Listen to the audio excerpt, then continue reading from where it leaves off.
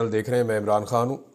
عمران خان صاحب کا جو سٹیٹمنٹ ہے، جو انہوں نے خود بتایا اور وہ جاری کیا گیا ہے پاکستان تحریک انصاف کی جانب سے عمران خان صاحب کے آفیشیل ٹویٹر اکاؤنٹ پہ، وہ سٹیٹمنٹ کہانی تھوڑی مختلف سنا رہا ہے۔ اس سے پہلے جب بیرسٹر گور ملے اور باقی لوگ گئے جیل میں، جب وہ باہر آئے تو انہوں نے کوئی اور بات بتائی، لیکن جب کولیکٹیولی سب سے بات پوچھی گئی تو پھر اس کے بعد پاکستان تحریک انصاف نے عمران خان صاحب کا وہ سٹیٹمنٹ جاری کیا جو انہوں نے اس سارے سینیریو کے بارے میں کہا۔ یعنی یہ جو ہوا 26 تاریخ کی رات کو ڈی چوک میں، اس پہ عمران خان صاحب کا موقف کیا ہے، یہ اب لفظ بہ لفظ میں آپ کے سامنے رکھ دیتا ہوں۔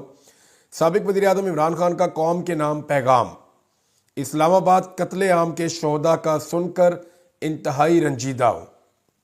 دور حاضر کے جنرل ڈائر نے جلیانوالہ باغ کی تاریخ دہرائی ہے۔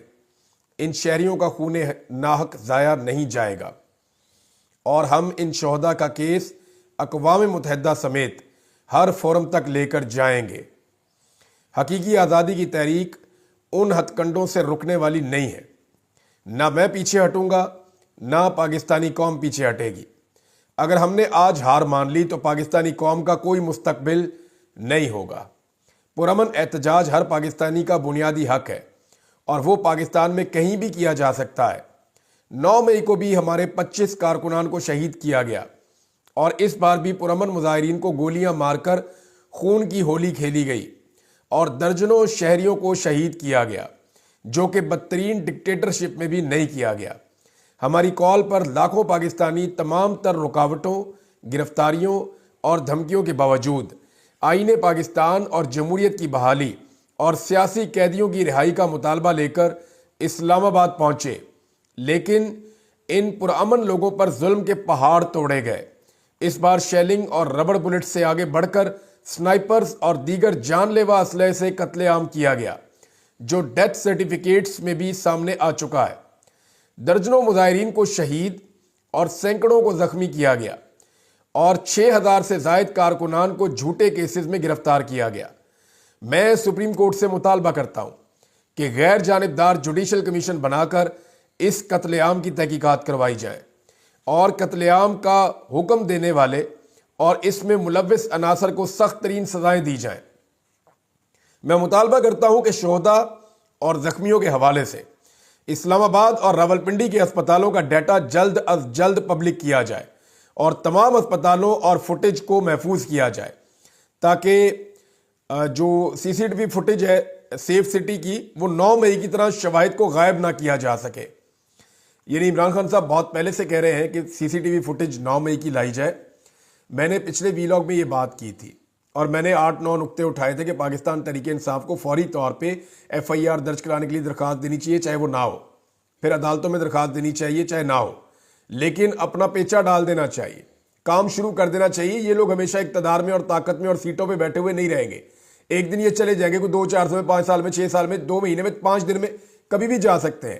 تو جب بھی یہ جائیں گے تو قانون اور انصاف تب اپنا رستہ بنائے گا، اور اگر آپ نے درخواست ہی جمع نہیں کروائی ہوگی تو پھر آپ کے کیس کی اس وقت وقت نہیں ہوگی۔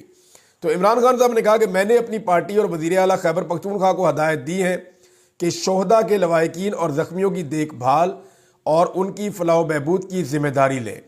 جو لوگ لاپتہ ہیں ان کی بازیابی کے لیے تمام تر توانائیاں خرچ کریں، اور جو لوگ گرفتار ہیں ان کے کیسز کی پیروی کرنے والے وکلاء کی ٹیمز کی حوصلہ افزائی کریں۔ اسلام آباد قتل عام کے خلاف پشاور میں شہداء مارچ کا انعقاد کیا جائے اور پارلیمنٹ کا سیشن جلد از جلد بلا کر قرارداد پیش کی جائے۔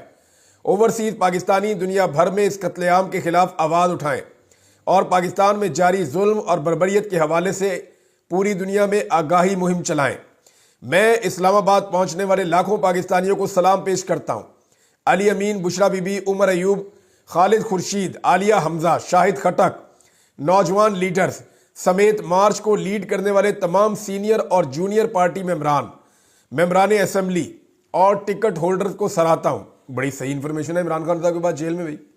عمران خان صاحب نے کسی رنگ باز کا نام نہیں لیا، انہوں نے ڈائریکٹلی ان لوگوں کا نام لیا جو لوگ واقعی مار کھا کے پہنچ رہے تھے۔ کچھ لوگ مسنگ ہیں، لیکن انہوں نے جن کا نام لیا وہ لوگ واقعی بڑی مشکل کے ساتھ وہ لوگ ڈی چوک تک پہنچے ہیں۔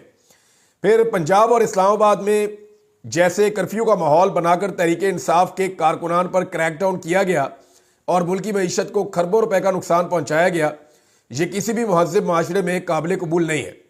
فارم 47 کے سہارے کھڑی کٹ پتلی حکومت اور مافیا کے غلام پولیس کے آئی جی صرف اپنی کرسی بچانے کے لیے یہ ظلم کر رہے ہیں۔ تحریک انصاف کے کارکنان متحد اور منظم ہو کر ملک پر مسلط مافیا کے خلاف اپنی حقیقی آزادی کی جدوجہد کے اگلے مرحلے کی تیاری کریں۔ لیکن عمران خان نہیں ٹلتے، نہ عمران خان پیچھے ہٹتا، عمران خان پھر ڈٹ گیا ہے۔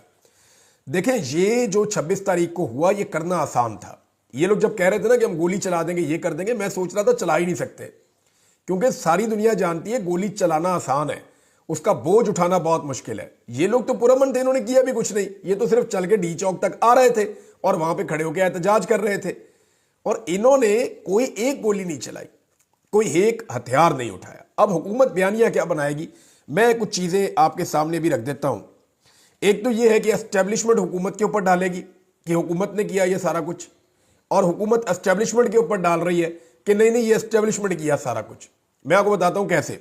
شہباز شریف صاحب نے آرمی چیف کی تعریف کی ہے باقاعدہ بیان دیتے ہوئے، اور انہوں نے کہا جی آرمی چیف نے یہ سارا کچھ کر کے دیا، اور یہ جو نمٹا ہے سارا معاملہ یہ آرمی چیف کی حکمت عملی سے نمٹا ہے، ان کی وجہ سے یہ سارا معاملہ ہوا ہے۔ تو انہوں نے شہباز شریف صاحب نے اسٹریٹ اوے یہ کہا کہ یہ جو کچھ بھی ہم نے کیا ہم تو یہ کر نہیں سکتے، تو یہ آرمی چیف نے ہمیں کر کے دیا یا ملٹری نے ہمیں کر کے دیا۔ انہوں نے فوج کی تعریف کی، تو شہباز شریف صاحب نے اٹھا کے اگر قتل عام کل کو ڈلنا ہے کسی کے کھاتے تو انہوں نے کہنا جی میں نے تو اسٹیٹمنٹ پہلے دے دیا تھا کہ جناب یہ کیسے ہوا۔ پھر دوسری بات یہ ہے کہ یہاں پہ عطا تارڑ کا ایک اسٹیٹمنٹ بھی ہے، اس کو بھی ہمیں یاد رکھنا پڑے گا۔ پھر ایک خواجہ آصف کا اسٹیٹمنٹ ہے، پھر ایک محسن نقوی کا ہے، وہ اسٹیٹمنٹ گولیاں چلانے کی دھمکیاں بھی دے رہا ہے۔ پھر اس سے پہلے میڈیا کے اوپر خبریں چلائی گئی کہ شوٹ ٹو کل کا آرڈر ہو گیا کہ جناب جو بندہ نظر آئے اور بات نہ بنے اس کو گولی مار دی جائے۔ اب یہ معاملہ بھی جناب ایک بڑا کلیئرٹی کے ساتھ سامنے موجود ہے۔ کچھ صحافیوں کے ٹویٹس ہیں اور وہ ببانگے دہل وہ صحافی کیا کہہ رہے تھے، ذرا یہ باتیں آپ ان کی بھی سن لیں۔ ایک صحافی کا ٹویٹ ہے جی کہ ڈی چوک کے علاقے میں رینجرز اور پولیس نے انتشاریوں کے